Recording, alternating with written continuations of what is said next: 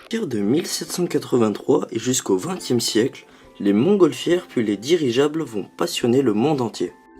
En 1709, le jésuite Bartolomeo de Gusmão obtient un brevet pour une machine volante qui peut d'après lui parcourir de nombreux kilomètres par jour. Il fut surnommé le planeur, son invention était appelée passarola. C'est à la fin du XVIIIe siècle que les frères Joseph et Étienne de Montgolfier inventent un ballon à air chaud.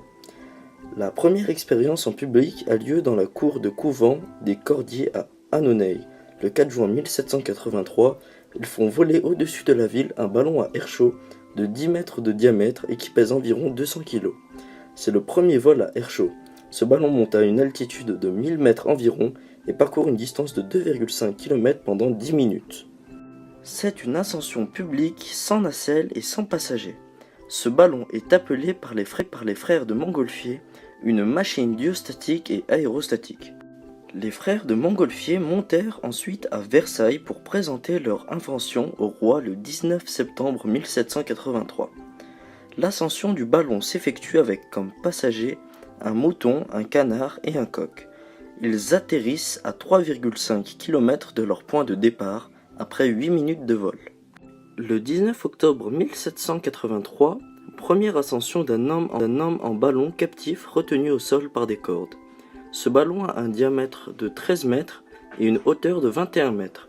Son volume est de 2200 mètres cubes et son poids de 500 kg. Ce ballon monte à une altitude de 26 mètres. En novembre 1783, Pilotre de Rosiers et le marquis d'Arlande effectuent la première ascension à partir du château de la Muette. Il s'élève à plus de 1000 mètres d'altitude. C'est la première ascension humaine et le premier voyage aérien en montgolfière. Le ballon atterrit 9 km plus loin, à la butte aux Cailles. Le vol dure 25 minutes. À la même période, Jacques Charles et les frères Robert construisent un ballon à hydrogène. Ils réussissent le 1er décembre 1783 à survoler le jardin des Tuileries et se posent à Nesle-la-Vallée après 56 minutes de vol. C'est le premier vol habité d'un ballon à hydrogène. En février 1784, Jean-Pierre Blanchard atteint l'altitude de 3800 mètres avec un ballon à hydrogène. Le 1er juillet 1785, Jean-Pierre Blanchard et John Jeffrey font la première traversée de la Manche en ballon. Le 15 juin 1785, Pilotre de Rosiers, qui a été le premier navigateur aérien, devient la première victime de l'air. Il se tue avec Pierre Romain dans une tentative de traversée de la Manche dans le sens France-Angleterre. À partir de 1783 et jusqu'au XXe siècle, les montgolfières puis les dirigeables vont passionner le monde entier. En 1799, Napoléon trouve les ballons trop encombrants. Aussi, il décide de dissoudre les compagnies d'aérotières. Nadar réalise la première photographie aérienne de Paris en 1858 d'un vol captif à 80 mètres au-dessus du Petit Bicêtre. En 1863, Nadar fonde la société d'encouragement de la navigation aérienne au moyen du plus lourd que l'air. Il fait construire un immense ballon nommé le Géant. En octobre 1863, le Géant effectue son premier vol de Paris à Meaux avec 13 personnes à bord. En 1867, il fonde avec d'autres personnes passionnées de l'aviation la revue L'Aéronaute. Pendant la guerre de 1870 à 1871, alors que la ville de Paris était assiégée par les Prussiens, on va utiliser les ballons pour quitter Paris. C'est ainsi que Léon Gambetta va quitter la capitale en ballon à gaz pour se réfugier en province le 7 octobre 1870. La première utilisation militaire des aérostats date donc de la fin du XVIIIe siècle. Les ballons permettaient de surveiller l'ennemi, d'établir des relevés cartographiques et d'acheminer du courrier. La poste aérienne naquit en 1870 durant le siège de Paris. Les ballons transportaient le courrier et les passagers. Nadar fut chargé de créer le service postal. Il écrira « Tout ce qui n'est pas absurde est possible. Tout ce qui est possible se fera ». Après le siège de Paris, tous sont convaincus de l'utilité des ballons, mais ils savent également que les ballons demeurent vulnérables et tributaire du temps. Pour l'observation aérienne pendant la Première Guerre mondiale, les militaires français vont utiliser un ballon de forme allongée, appelé le ballon saucisse. Ce ballon, conçu par Albert Caco, a une forme plus aérodynamique et sera utilisé lors des deux guerres mondiales. Ces ballons étaient disposés près des lignes de front. Les équipages qui montaient dans les nacelles utilisaient des parachutes afin d'évacuer la nacelle en cas d'attaque aérienne. Ces ballons étaient reliés au sol par un câble d'acier qui permettait de positionner le ballon à une hauteur précise et permettait de ramener le ballon à la fin de l'observation. Rapidement, on a réalisé que les ballons présentaient un certain inconvénient car ils allaient au gré du vent et il n'était pas possible de savoir exactement où ils allaient atterrir. Face à la difficulté de mener le ballon vers une destination précise, le dirigeable ballon entraîné par un moteur a vu le jour vers la fin du XIXe siècle. Le 24 septembre 1852, l'ingénieur français Henri Giffard s'élève de l'hippodrome de Paris à bord d'un ballon long de 44 mètres et rempli de 2500 mètres cubes d'hydrogène. Il se déplace à une vitesse de 7 à 11 km/h. Il parcourt 27 km en moins de 3 heures.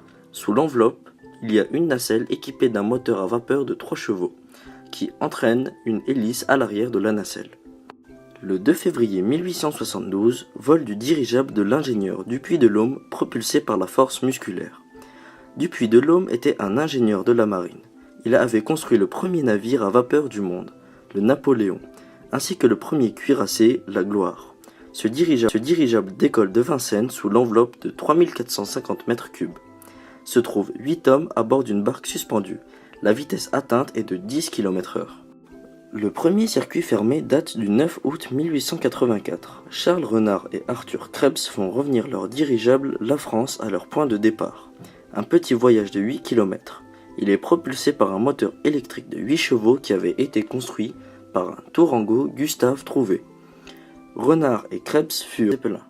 Le 20 septembre 1898, l'aéronaute brésilien Albert Santos Dumont réussit à faire voler son dirigeable de Saint-Cloud sur le terrain du siège de l'aéroclub français jusqu'à Paris aller-retour. Son dirigeable était équipé d'un moteur à explosion. Le 19 octobre 1901, dans le prix Deutsch de la Meurthe, Alberto Santos Dumont pilote son dirigeable de Saint-Cloud jusqu'à la tour Eiffel qu'il contourne pour revenir à son point de départ. Il effectue ce trajet en 30 minutes et remporte une prime de 100 000 francs. 9 octobre 1906, lancement du GRAF Zeppelin LZ-3, premier dirigeable militaire. Il est propulsé par deux moteurs de 85 chevaux. 16 octobre 1910, un dirigeable traverse la Manche. Le dirigeable français Clément Bayard II est le premier à traverser la Manche en parcourant 390 km en 6 heures avec 7 personnes à son bord. Première guerre mondiale 1914-1918, utilisation des dirigeables Zeppelin pour bombarder Londres. Le 19 janvier 1915 dans la nuit, le territoire côtier anglais est survolé pour la première fois par une escadre volante des Zeppelins de la marine allemande. Le 12 mai 1926, survol du pôle Nord par Roald Amundsen à bord du dirigeable Norge. 1er octobre 1929, le dirigeable britannique R-101, le plus grand dirigeable du monde, s'écrase près de Beauvais. 48 morts. L'hydrogène est mis en cause. Il est décidé d'utiliser l'hélium en remplacement de l'hydrogène. 1936, interdiction de vente de l'hélium à l'Allemagne. Le 6 mai 1937, à New Jersey, l'incendie du Zeppelin Hindenburg provoque 35 morts. C'est la fin des dirigeables. Ils sont détrônés par les avions et les hydravions qui assurent les liaisons transocéaniques. Le LZ-129 Hindenburg sera le dernier dirigeable rempli de dihydrogène. Le 23 novembre 2011, un dirigeable électrique traverse la Manche pour la première fois. Il est piloté par Gérard Fletzer, ancien directeur du musée de l'air. L'histoire des plus légers que l'air a débuté avec les frères Montgolfier en 1783. Pendant un siècle environ, le ballon a été le seul moyen de se déplacer dans les airs. Puis vers la fin du 19e siècle, le développement du planeur va permettre d'obtenir de nets progrès en aéronautique. À partir de cette période, plusieurs ingénieurs vont s'intéresser au plus lourd que l'air et feront des découvertes complémentaires sur l'aérodynamique qui vont permettre la naissance de l'aviation. Le Britannique Sir Cayley a écrit plusieurs livres sur l'aviation.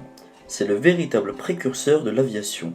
Dans de la navigation aérienne, il énonce quelques principes de base du vol du plus lourd que l'air et met en évidence de la nécessité de vaincre les effets du poids et de la traînée lors d'un vol.